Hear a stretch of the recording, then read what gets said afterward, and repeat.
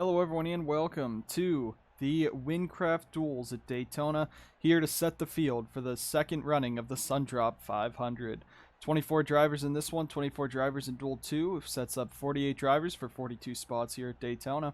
We're ready to go racing in just a few minutes, but we are ready for some excitement here with the Cup cars at Daytona. Earlier this week they ran the Clash. It was Brandon Morris taking home the victory in a last lap duel with him and fellow Toyota driver Sebastian Kukulon, who starts on pole today. Kukulon was the fastest in qualifying, will be the pole sitter for the 500 as long as that 19 car finishes the race.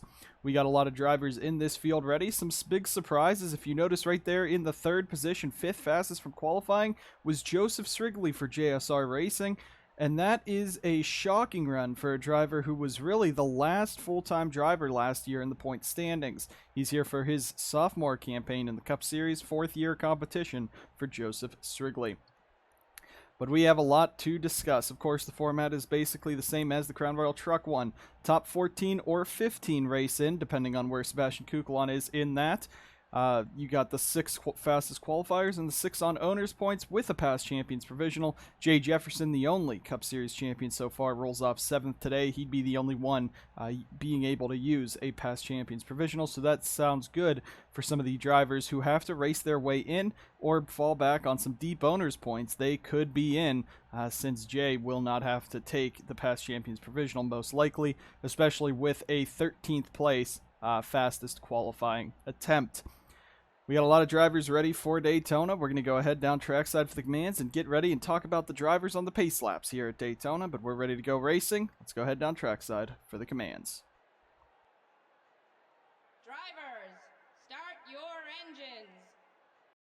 With that, the engines are fired. We're ready to roll off here at Daytona for 20 laps in this event, the Wincraft Duels at Daytona. A lot of drivers to talk about in this field. On pole is Sebastian Kukulon, his first year at SBR, inaugural race for his time here. He finished second in the Clash in the 19 over the last weekend. Now he's out here trying to win this one from the pole, see if he can sweep this weekend. And alongside him is Brady Burkhart, the leader of SBR, the owner of SBR, rolls off in second. Joseph Srigley in the 63, looking for a better sophomore season than they had last year, was last in the full-time drivers' points last year. 63 car just happy to be in the field and pretty much locked in as he has the 5th fastest qualifying time. Carson Bowers reunites with Clareton. They roll off in 4th. Matty Porta moves over to Monster Motorsports, picking up Sunoco branding. He is in 5th. And Max Anderson, making his Rookie of the Year campaign for Rockstar Energy Racing, replaces Kukulon in the number 12. He rolls off in 6th. Defending champ Jay Jefferson gets a new scheme for this year in that Lowe's 48, running in the 7th position, and alongside him is Alex Beniaco, finally getting the nod to full-time Cup racing. He rolls off in 8th. Diego Yepes moves back to his own team in Monster Motorsports 9th. Gatlin Downey in the number 69 for Rockstar Energy Racing rolls off in 10th. John Dilks in the yearly trip with Robert Gearhart Racing to Daytona. They're trying to make the field again after a great run last year. He rolls off 11th, and Jacob Edson, a strong super speedway racer, unless he's in the 4th position and blows a motor in front of the field, he should have a good day. He is in that 12th spot. Austin Murray, the research and development number 24, basically for TRD and SBR.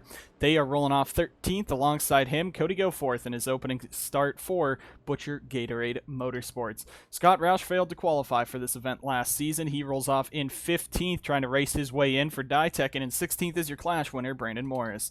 In 17th is the X-Side Batteries number 40 of Tib Foster, the defending Sundrop 500 winner and Gatorade 400 winner, the only driver to win any points races here at Daytona in the Cup Series. And alongside him is Colton Lane in 18th for Walmart and Monster Motorsports. In 19th is Alex Fletcher for KGM, a part-time basis for that driver, but full-time the 07 is this year. Christian Vargas back with Sauber Racing Team. He rolls off in 18th. Or 20th, I should say. Dusty Neal 21st with a poor qualifying effort. 22nd is Harmon Benning Peterson's Luke Evans. That is a short track car that Sauber Racing Team ran last year. They retrofitted it to make it a super speedway car. We'll see how it runs today. In 23rd is Benedict Mirdo, bringing Mirdo Motorsport, or Team Mirdo, I should say, in that 03 car into the Cup Series. And in 24th is Aiden Smith with Gemini Racing. The 08, 0, 06, and 03 either have no owner's points or very low owner's points, all starting with very low qualifying. They pretty much have to race their way in. Coming down to the front straightaway, the green flag is finally going to fly here at Daytona, and we're racing for 20 laps in the Wincraft Duels.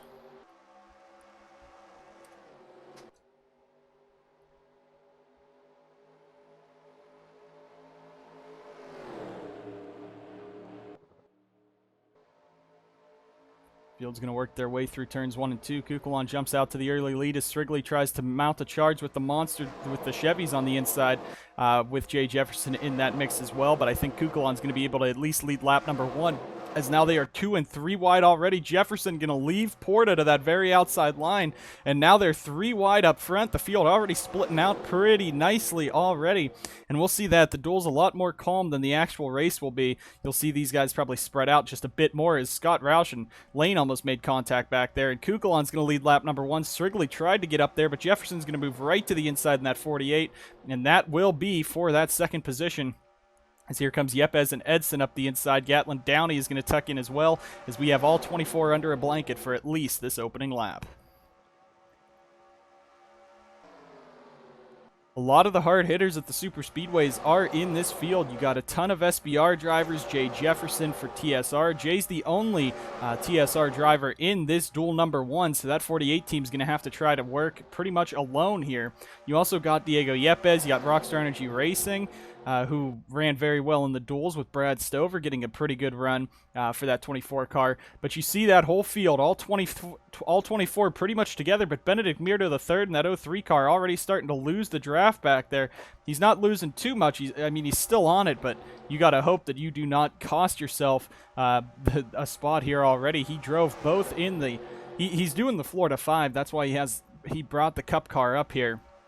But the Florida 5 has not gone well. He missed the truck duels as well, losing the draft fairly early. And Max Anderson, you see that K-Love number 12 way back there on that outside line. He has dropped like a rock immediately. I don't know if that's just trying to conserve the car or he just got screwed on that start, but he is all the way back, pretty much out of the show right now, fighting just inside the top 20.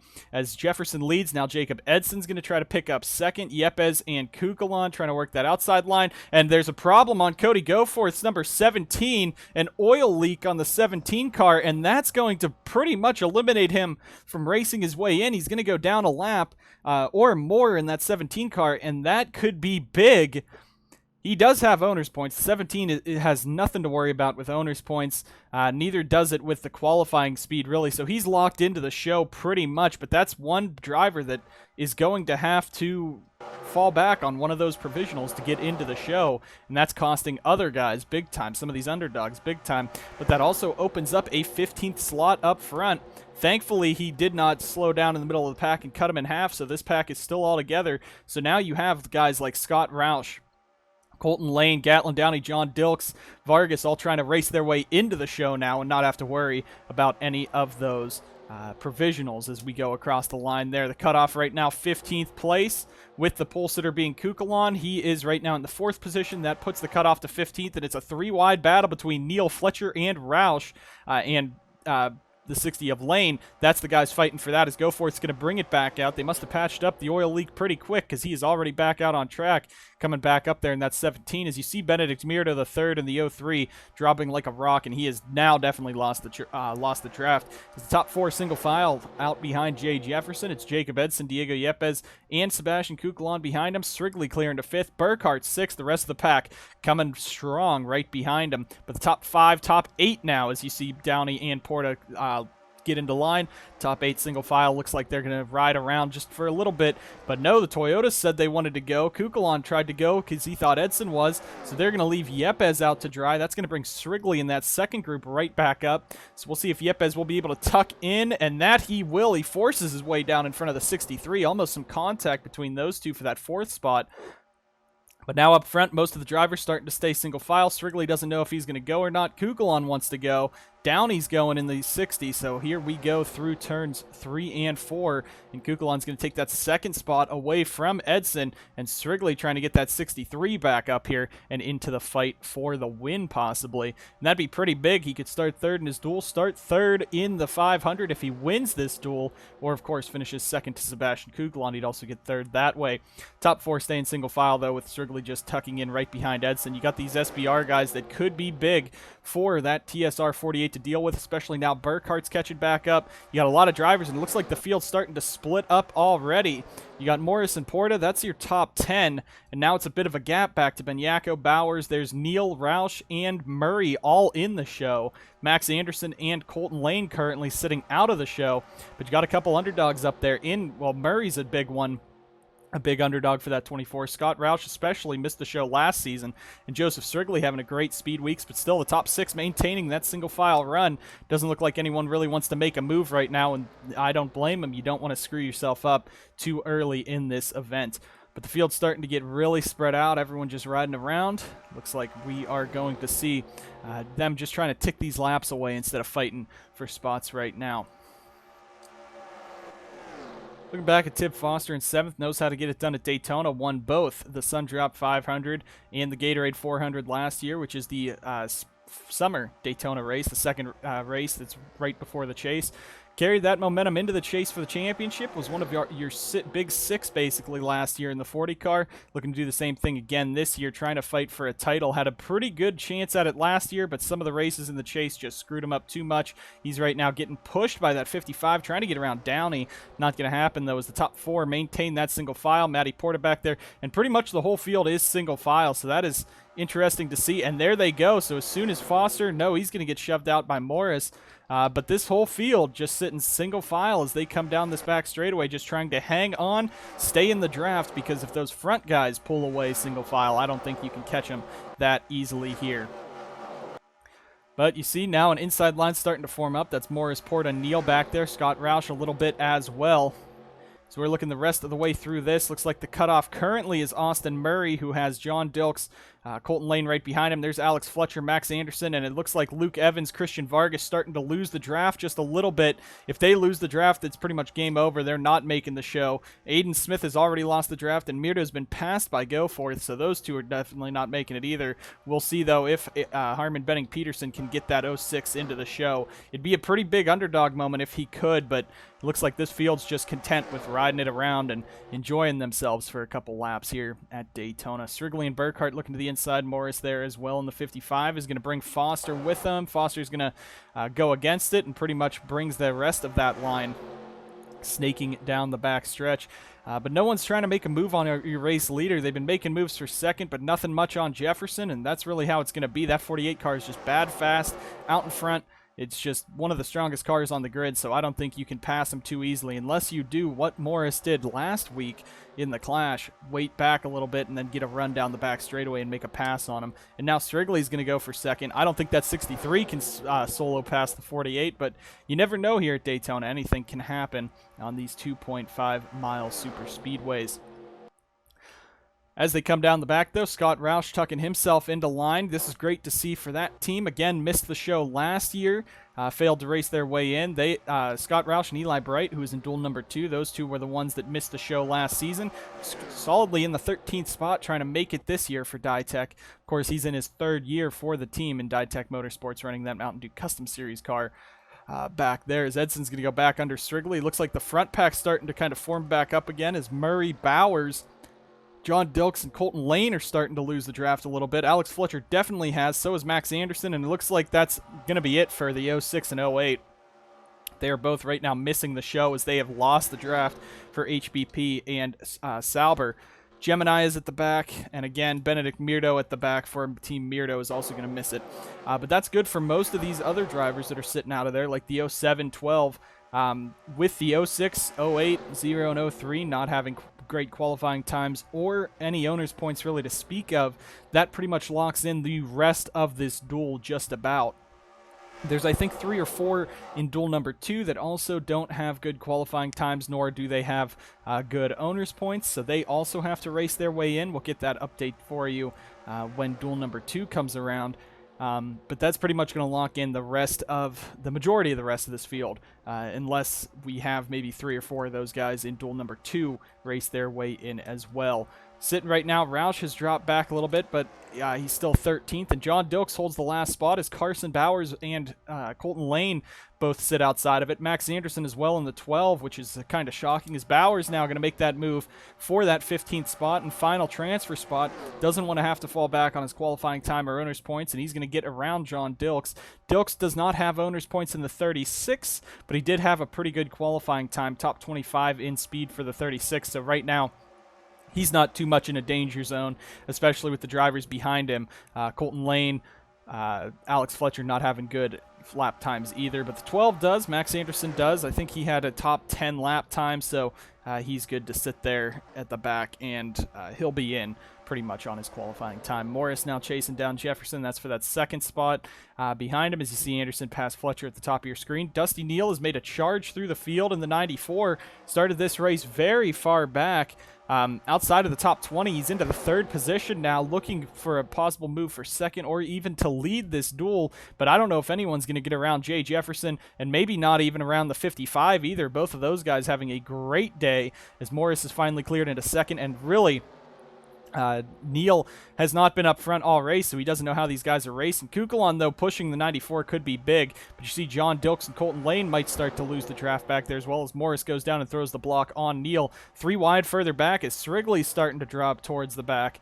But as they run right now, Carson Bauer sits as the 15th and final transfer spot, with Kukulon being up in 4th, as Colton Lane and John Dilks try to hang on to the draft. This could be big for guys like Scott Roush, Austin Murray, who didn't have too good of qualifying times, don't have too good of owner's points, but could get themselves in by racing their way into the show. But the top 4 now single file. I don't know if anyone's going to get around that 48 at this point.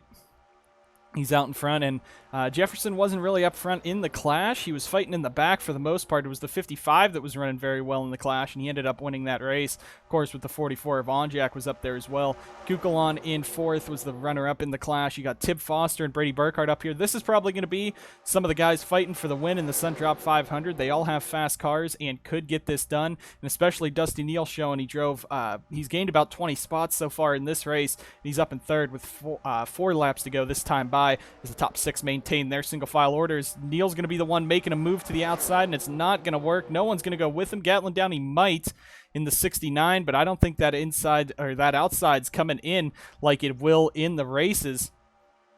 Foster now trying to block Burkhardt, and Foster playing a little bit of team strategy there. Slowed down to get Neal back into line so he didn't fall too far back, as Kukulon's going to make a move now on the 55.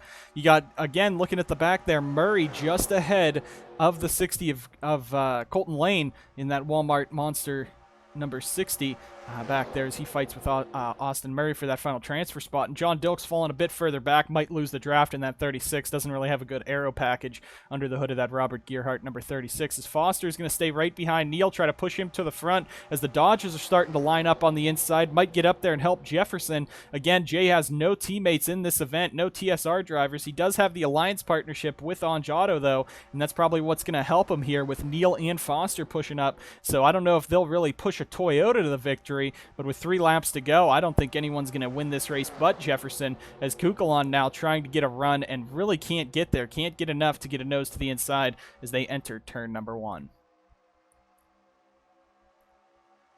Top 5 maintaining single file. A couple guys going 2x2 further back there. And you see at the very back, John Dilks has now lost the draft, so that 36 is going to have to hope his qualifying time was good enough to get him into the show. But you got a lot of strong qualifiers in this front pack of the duels, as Neal is going to make a move for 2nd, and that's going to possibly put Dodge as 1, 2, 3, with Kukulon dropping back to the back of this one. Foster right up there in the 94. Yepes trying to make a move in the 77, but Foster in the 40, I should say, now pushing Neal 2 laps to go in duel number 1, and Jay Jefferson is looking to take this one home free and win this race here for that 48 team.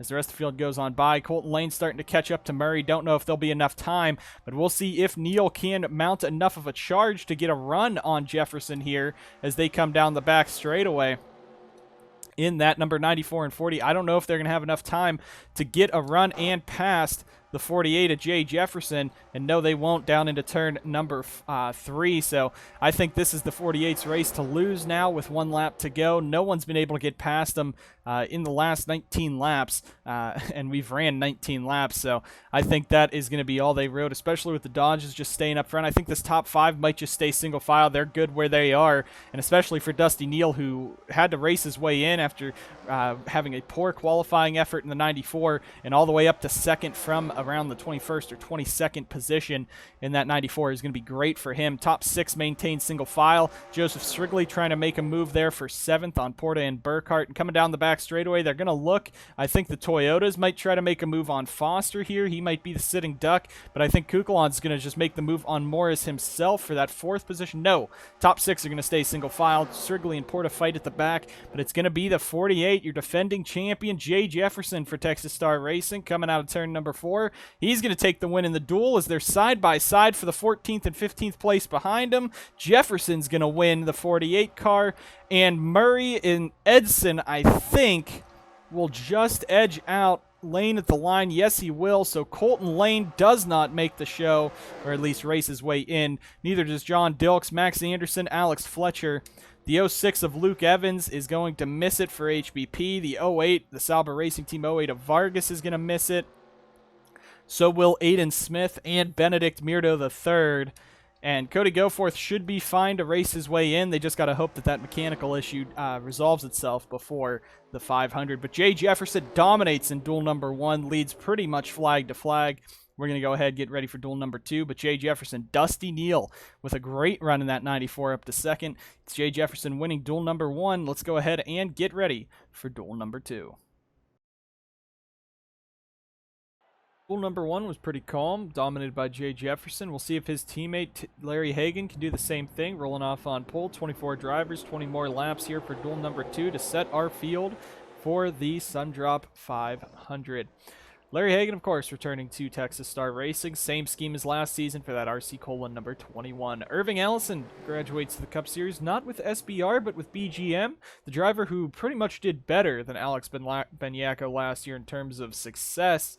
Benyaka 1 win, Irving 2, but Irving was a bit inconsistent, so I wonder if that's the reason he is on the B team here for BGM, but he is in the Eris number 16. Kyle Corbett qualified greatly for Hagan Enterprises, rolls this car off in 3rd, locked into the show, and William Duncan full-time for Ditech this year, skipping the truck series that has never treated him nicely. Zachary DeLello rolls off in row 3 with the move to Monster Motorsports and the Fanta colors on the car, and Lotus Disparito for Luke Evans Incorporated. They DNQ'd the truck race with Mike Cook, but they start 6th here for duel number 2. What a great run by Lotus. Eli Bright missed the show last year. He's now full-time this year, rolling off 7th. And his teammate this season is Ryan Butcher, moving over to the Gatorade 88. In 9th is Devin Fair for MJ Motorsports. And in 10th, Chris Stottlemyre, a bit of a controversial pickup for Cyclone Racing after a pretty disappointing run with Burger King Racing last year. We'll see what Stottlemyre can do in that 62. Stephen Walls Jr. rolls off 11th, and in 12th, Anderson Reed. SWJ in that PayPal 65 won his duel last season. Carter Friesen moves over to Sauber Racing Team in what will be their final season. They are running in that 13th spot, and in 14th is Austin Johnson, not Gatlin Downey, in the number 35. Riley Spurley, full-time Rookie of the Year campaign for TSR. He rolls off 15th, and Roger Ray, full-time rookie campaign for Anjada, rolls off 16th. Still winless in his NSDCA career in the top 3 divisions, but he went 2 years in MDCS, 1 in truck, and now full-time in Cup. Peter Onjak, the dominant driver from the Clash, who led most of it, he rolls off pretty far back. So does Logan Cloud. That's the problem for some of these guys. They got to race their way in. They got pretty poor qualifying efforts. Further back is DJ Curtis returning to Monster Motorsports. Matthew Eves returning to Cloud Foster Racing Operations. Jesse Turner in the 04 looking to try to win in the Crown Royal Truck Series or Sundrop Cup Series. Could be one of those repeat drivers to win multiple races of the big series during speed weeks. You got Rose Henson in the 18. Further back here, you also have Vince Freeze, who's running full-time for the championship this year. 5 races with Cyclone, the rest in that 51. And Matthew Brown in the 01 back there as well. Matthew Brown, Jesse Turner, Rose Henson do not have much in terms of qualifying or owner's points. They got to basically race their way in to make the show. 20 drivers, 20 laps for 25 drivers. Green flags in the air for duel number 2.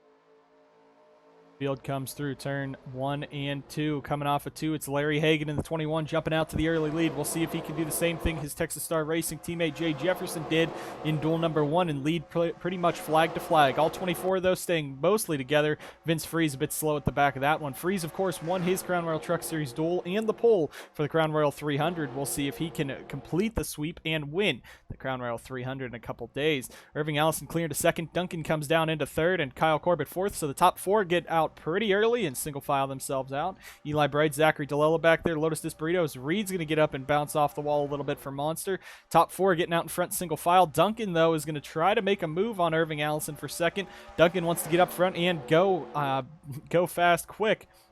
He is a previous Valvoline 200 pole winner in the number 6 car in his Rookie of the Year campaign years ago in the Mountain Dew Custom Series. Now, finally, full-time in the Sun Drop Cup Series. All 24 staying right together down the back straightaway. That's different from last time out, as now you see, or is duel number 1, I should say, is now the top 6 getting single-filed out, and already we're going to be starting to see a bit of a snooze fest again here for duel number 2 as they all get single-filed. We'll see if anyone can make a move around Hagan, though. That's going to be the big thing to watch, as DeLello and Irving are going to be the ones jumping back to the inside. The 2 orange cars now making the move for second and fourth.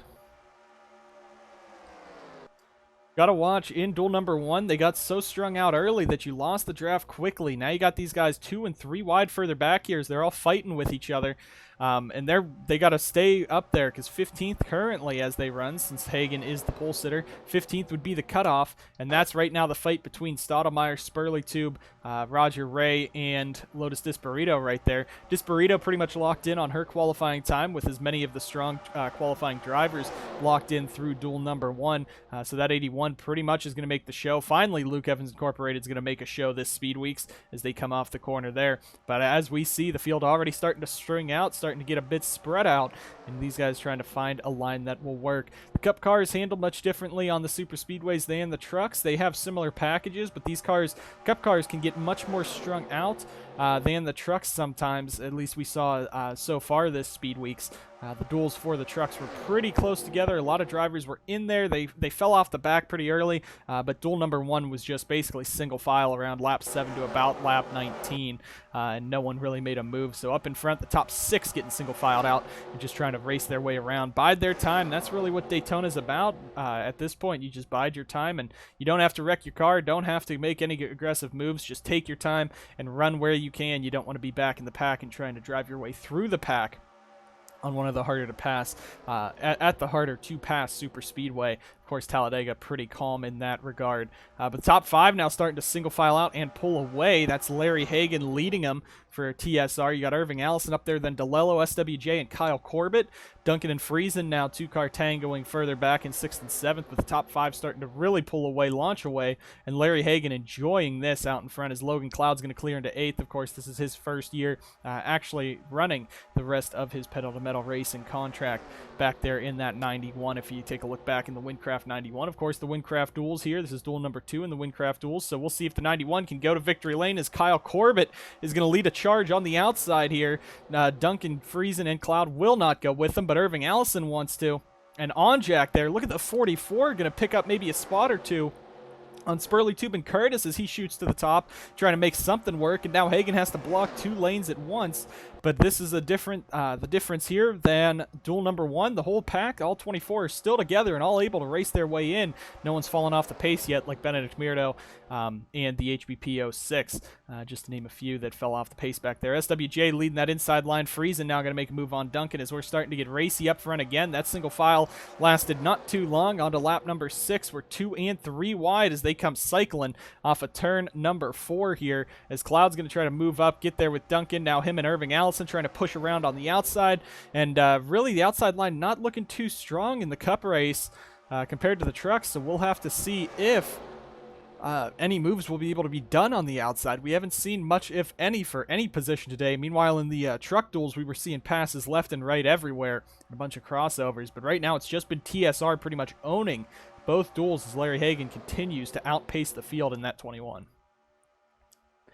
Stephen Wallace Jr. is going to make a look to the inside. We'll see if that will entice DeLello to come down or if he's going to be able to make the move, and that he will be able to make the move around Zachary DeLello. Carter Friesen is Logan Cloud now in that 91 trying to gain some momentum, but Curtis is going to jump to the inside and get there. Ooh, those two almost make contact coming off the corner. Real close between Cloud and Curtis as Curtis walked up. Look at Riley Spurley-Tube already charging his way through the field up to 7th for TSR. Jesse Turner, Devin Fair also jumping up there as a couple cars have fallen to the back. Anderson Reed, Chris Stottlemyre, Eli Bright to name a few.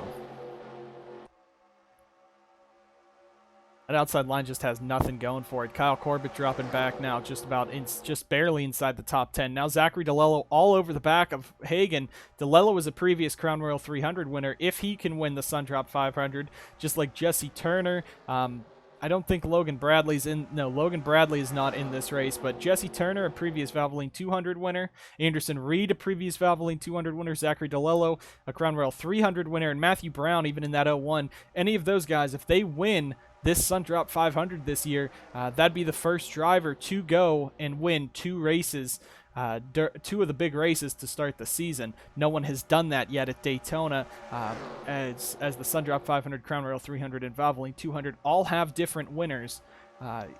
No one has won any of those races twice, is what I'm trying to say. As Stephen Wallace Jr. now moves into second, and Hagan's pretty much gone. That 21 car is going to be gone, and I don't know what else to say about it.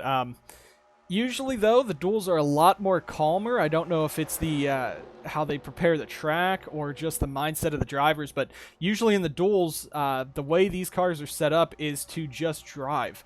And they aren't really to race, they're just to drive and drive their way into the field. At least last season they were, because most of the field was already locked into the show, and it was just 2 drivers that were going home. This year, a lot more drivers go home, 6 drivers compared to the 2 that go home from last year.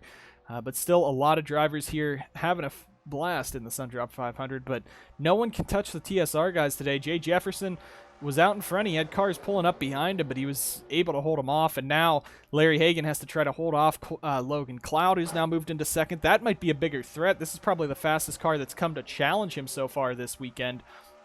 Or at least in this race, I should say.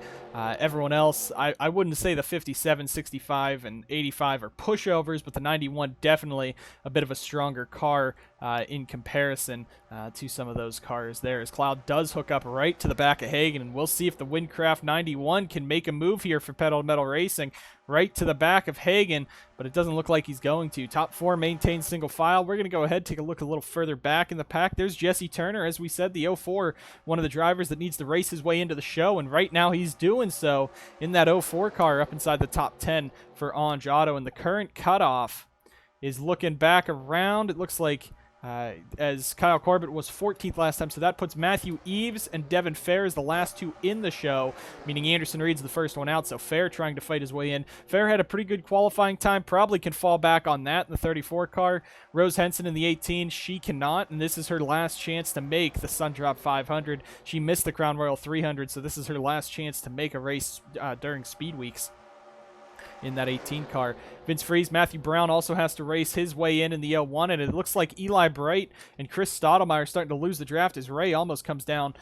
Ray almost gets chopped off by Lotus Disparito there. But Eli Bright, Chris Stottlemyre are starting to lose the draft. I think both of these guys should be pretty safe in with their qualifying runs. Bright 14th quickest and Stottlemyre 20th quickest probably should be all right for him, but that's not good to see because Eli did not do good in the duels last year and didn't make the show. Maybe that's just a product of Daytona. Maybe Eli's not a fan of this track because he has not had some good races in the Cup Series here at least. 3x3 up front, top 3 single file. That's Friesen and Spurley-Tube trying to pull away, but the rest of the pack is now 3 wide behind. And, well, now they've calmed down to 2 wide, but it is 3 wide up there as Kyle Corbett, Vince Freeze further back and going to jump down to that inside. Butcher trying to bring that inside line back up as Austin Johnson's up there in the 35. Top 3 now, 3 Dodges up in front trying to pull away from the field. And Spurley-Tube in that 28, I don't know if he'd want to go by Hagan there and cost a chance at TSR sweeping the duels here. As this pack is starting to converge real big, and multiple drivers kind of ducking down there. You see Onjack and Duncan now in that middle line trying to make something work as they're trying to work their way past Logan Cloud, Ryan Butcher, Anderson Reed, Kyle Corbett further back there. They're all trying to fight their way into the show. in those cars. Top 5 now single file and back on out with SWJ and Irving Allison tucking in right behind as Sperlitube tried to make a bit of a move or show maybe that he does want to make a move on these guys, but the top 8 now getting single file. DeLello to the inside of Jesse Turner. That's big for Turner. He does not want to get shoved to the outside and sent back to the back because he would miss the show if he does not race his way in. The owner's points are pretty much at the back of the pack, and Turner had a horrible qualifying time, qualifying this car 42nd quickest on the grid. So Turner has to race his way in. He's doing the best he can right now. He's a strong super speedway racer. So it'll be nice to see if Turner can get his way in. Also, let's talk about Austin Johnson real quick. Of course, last year was in the news often. He was the driver that got into Jose Perez at Kentucky. We're not saying that it was any malicious intent, but he was the driver, and he was taken out for aggressive driving multiple times this year. He had a lot of complaints about him from the Cup guys. Johnson now full-time for Gatlin Downey Incorporated, so that is very rough to see that this 35 car has gone to Austin Johnson instead of Downey staying over there. But Downey, of course, moving to Rockstar Energy Racing in the offseason, opened up that 35 car. So Austin Johnson's hoping just to keep it clean and do his best this year. He really needs to save some face in that 35 car and try to run himself maybe into a victory lane for GDI, and especially in the Truck Series, get a win for North Border Motorsports in that 77. He starts second for the Crown Royal 300 that's coming up soon. Outside line starting to pull back up. That's Friesen, SWJ, and Turner on the outside. Top 5 stay in single file as Irving Allison's going to be the one jumping to the inside of Riley Sperlitube up there. And the drivers have said before, you notice the single file racing, or at least the spread out racing, they have said that the track temps do kind of have an effect on where the grip's going to be on the track, and sometimes these colder days, the outside line will prevail, and they'll be able to run a bit faster. They'll have more grip and carry more speed through the corners and down into the corners. But I think this is a pretty warm weekend here for the duels, and I think that might be why this track is not really in too racy of a mood, as Onjack really holds up that second pack, and now they're going to have to fight together. But maybe that's Onjack's plan, because Jesse Turner was stuck on the outside. Now Turner can tuck back in front of that group. He's going to fall to 10th, though, as Austin Johnson passes him. But there's the battle for the transfer spot, and here comes Matthew Brown in the 01. We said that the 01 and 18, you see the 18 just a couple spots back, they have to race their way in. They have nothing to fall back on, really, and Matthew Brown just put himself into the show with that move on Kyle Corbett, and right now fighting Ryan Butcher, who is the team boss of Butcher Gatorade Motorsports. Can Matthew Brown race that 01 into the show here for the Polaris BGM number 01?